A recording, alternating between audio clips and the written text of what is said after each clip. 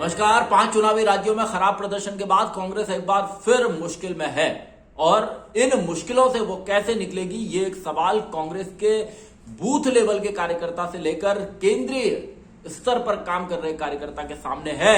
और इन मुश्किलों से निकलने के लिए क्या पार्टी के पास कोई प्लान है?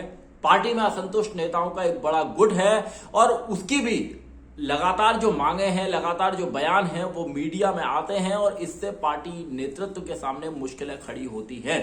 5 राज्यों का जो प्रदर्शन था, जो चुनाव थे, उसमें यह माना जा रहा था कि अगर कांग्रेस हारी तो निश्चित रूप से उसकी मुश्किलों में इजाफा होगा और ऐसा ही हुआ है। अगर वो बेहतर प्रदर्शन करती तो वो अब पार्टी के अंदर असंतुष्ट नेताओं को तो जवाब दे ही सकती थी, अपने विरोधी दलों के सामने भी एक बेहतर उदाहरण रख सकती थी कि वो फिर से खड़ी हो रही है, जिंदा हो रही है। लेकिन ये जो 5 चुनावी राज्यों के नतीजे हैं वो पार्टी के लिए बेहद मुसीबत का सबब बन गए। कैसे पार्टी आगे बढ़ेगी, क्या हो सकता है पार्टी का और क्या चुनौतियां हैं पार्टी के सामने, इस पर बात करूंगा। आप देख रहे हैं सत्यहिंदी.com। अपील मेरी आपसे यही है कि कॉर्पोरेट मीडिया के मुकाबले आजाद पत्रकारिता का समर्थन करें, सत्य हिंदी को समर्थन दें, हमारे वीडियोस को लाइक करें और हमारी यूट्यूब चैनल को सब्सक्राइब करें। बात बढ़ाता हूं आगे। कांग्रेस ने जो 5 राज्यों में एक अपना पंजाब जो जिसमें वो सत्ता में थी उसे भी गंवा दिया और उसके गंवाने के बाद से पार्टी में एक बार फिर से जो असंतुष्ट नेताओं का गुट है, जिसे पत्रकारिता की भाषा में G23 कहा जाता है, 23 नेताओं का गुट है। इस G23 के नेताओं ने बैठकें की, बयान देने शुरू किए और हालांकि इस बीच कांग्रेस नेतृत्व को शायद समझ आई है और उसने इन असंतुष्ट नेताओं से बातचीत करनी शुरू की है। कांग्रेस अध्यक्ष सोनिया गांधी ने बीते दिनों में मनीष तिवारी, आनंद शर्मा, विवेक तनखा, गुलाम नबी आजाद, इन नेताओं से बात की तो राहुल गांधी ने हरियाणा के पूर्व मुख्यमंत्री भूपेंद्र सिंह हुड्डा को बुलाया और उनसे राजनीतिक हालात क्या हैं उसको लेकर राय ली, चर्चा की। कांग्रेस के सामने सबसे बड़ी चुनौती अपने को जिंदा रखने की ही है, क्योंकि 2022 के जो 5 राज्यों के चुनाव थे उसमें तो उसका प्रदर्शन खराब रहा ही है। अब जो 2022 के अंत में चुनाव होने हैं हिमाचल प्रदेश और गुजरात में, वहां वो बीजेपी से मुकाबले में तो है, लेकिन पंजाब में प्रचंड बहुमत से जीती आम आदमी पार्टी उसके लिए बड़ी चुनौती बन रही, क्योंकि गुजरात में तो आम आदमी पार्टी बहुत जोर शोर से अपनी तैयारी कर रही है, हिमाचल में भी वो चुनाव लड़ने जा रही है। इसके बाद 2023 में कई राज्यों में चुनाव हैं और कांग्रेस को खुद को खड़ा करना होगा। 5 राज्यों में हार के बाद पार्टी अध्यक्ष सोनिया गांधी ने इन राज्यों के प्रदेश अध्यक्षों से इस्तीफे ले लिए और अब उन्होंने 26 मार्च को पार्टी के महासचिवों की, राज्यों के स्टेट के जो इंचार्ज है, प्रभारी, उनकी एक बैठक बुलाई है। माना जा रहा है कि कांग्रेस में कोई छोटी मोटी सर्जरी हो सकती है, लेकिन पार्टी के अंदर मुश्किल हालात इस वजह से है कि कहीं भी कोई सफलता जैसी चीज पार्टी से कोसों दूर है।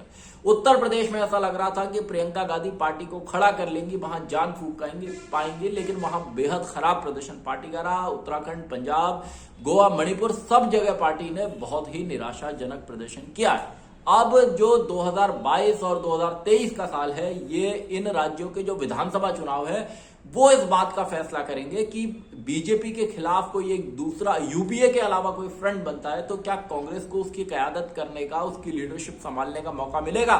कांग्रेस के लिए ममता बनर्जी भी एक बड़ी चुनौती है और तेलंगाना के मुख्यमंत्री केसीआर भी एक बहुत बड़ी चुनौती है, क्योंकि ये दोनों ही नेता यूपीए से अलग एक फ्रंट बनाना चाहते हैं और इसके लिए बीते लंबे वक्त से लगातार कोशिशें कर रहे हैं। कांग्रेस के तमाम सहयोगी उससे छिटक चुके हैं और अब जो उसके सामने जो बड़ी मुश्किलें हैं वो इसी बात की है कि वो अपने जो सहयोगी दल है यूपीए के, उनको इस बात के लिए कैसे तैयार करे या उनमें कैसे भरोसा जगाए कि वो बीजेपी के खिलाफ इस फ्रंट को फिर से लीड कर सकती है, आगे बढ़ सकती है, क्योंकि 2014 और 2019 में उसकी लीडरशिप में यूपीए ने चुनाव लड़ा और उसकी करारी हार हुई है। कई राज्यों में, आंध्र प्रदेश से लेकर तेलंगाना से लेकर या पश्चिम बंगाल से लेकर क्षेत्रीय छत्रप लगातार आगे बढ़ रहे हैं और कांग्रेस के लिए मुश्किल का सवाल यही है कि वो राज्यों में लगातार खत्म होती जा रही है और लोकसभा चुनाव में तो उसका प्रदर्शन बेहद खराब रहा है। ममता बनर्जी बहुत एग्रेसिव तरीके से लगातार आगे बढ़ रही हैं और वो यूपीए से भी कुछ दल तोड़ के एक अलग फ्रंट बनाना चाहती हैं, यूपीए के खिलाफ बयान दे चुकी है।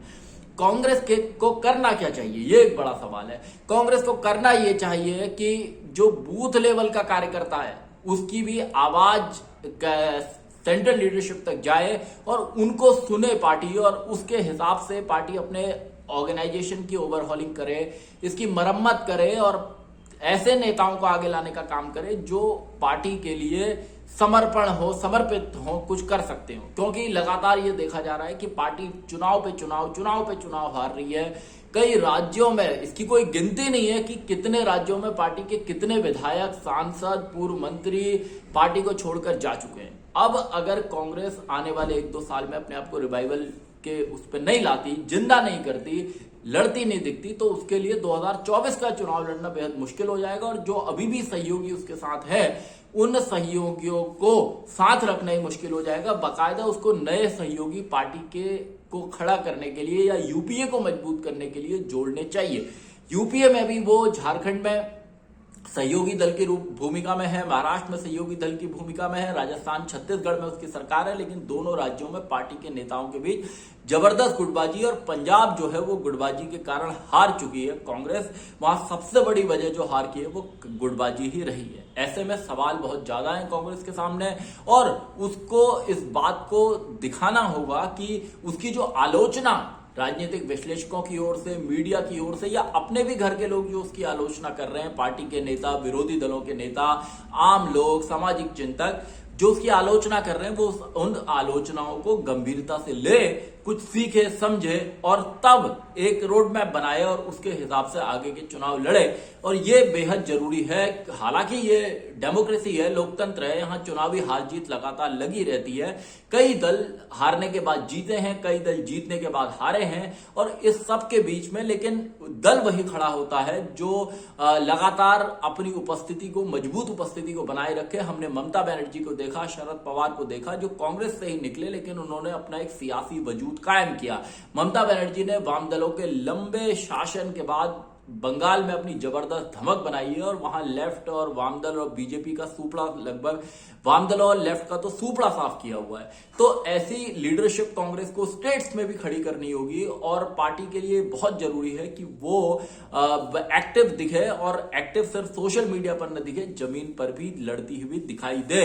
क्योंकि क्षेत्रीय छत्रपों के अलावा भारतीय जनता पार्टी भी लगातार और मजबूत हो रही है, और किसान आंदोलन और तमाम तरह के इश्यूज के बावजूद भारतीय जनता पार्टी ने इस बार उत्तर प्रदेश सहित बाकी राज्यों में बड़ी जीत हासिल की है। और तो ऐसे वक्त में कांग्रेस के सामने मुश्किलें ज्यादा हैं, और इन मुश्किलों से क्या सोनिया गांधी, क्या राहुल गांधी, क्या गांधी परिवार या कोई दूसरा नेता, या संगठन में जो चुनाव हो रहे हैं इस सबसे, या संगठन में जो अध्यक्षों के, प्रदेश अध्यक्षों के इस्तीफे लिए गए हैं, नए पदाधिकारियों की कोई नियुक्ति होगी, इस सबसे क्या पार्टी खड़ी हो पाएगी? क्या दिल्ली से बाहर पार्टी निकलेगी, संगठन में काम करेगी, राज्यों के अंदर एक्टिव नेताओं को, मजबूत नेताओं को, युवा नेताओं को आगे लाएगी? ये भी एक बहुत बड़ा सवाल है। नजर हमारी इस पर बनी रहेगी कि आने वाले दिनों में क्या कांग्रेस जो क्षेत्रीय छत्रप है, केसीआर हैं या ममता बनर्जी हैं या जो बाकी स्टेट्स में बड़े नेता हैं, उन लोगों के साथ मिलकर कोई बड़ा करिश्मा कर दिखाएगी। करिश्मा तो कहना ठीक नहीं होगा, क्या कुछ बेहतर कर दिखाएगी जिससे वो अपोजिशन का जो एक फ्रंट बने उसकी कयादत करने की स्थिति में आ सके। वरना ये कहा जा सकता है कि पार्टी की हालत और खराब हो सकती है आने वाले दिनों में, और उसके लिए मुश्किल होगा कि वो 2024 में यूपीए को की मजबूत अगुवाई कर सके, या यूपीए के अलावा जो कोई एक फ्रंट बनता है उसमें उसकी सियासी बार्गेनिंग करने की हैसियत बहुत ज्यादा नहीं होगी। देखना होगा कि सोनिया गांधी, राहुल गांधी, गांधी परिवार या तमाम नेता इस चुनौती से किस तरह निपटते हैं। सत्यहिंदी.com में आज के लिए बस इतना ही। ऐसे ही तमाम मुद्दों पर मेरी आपसे आगे भी बातचीत होती रहे।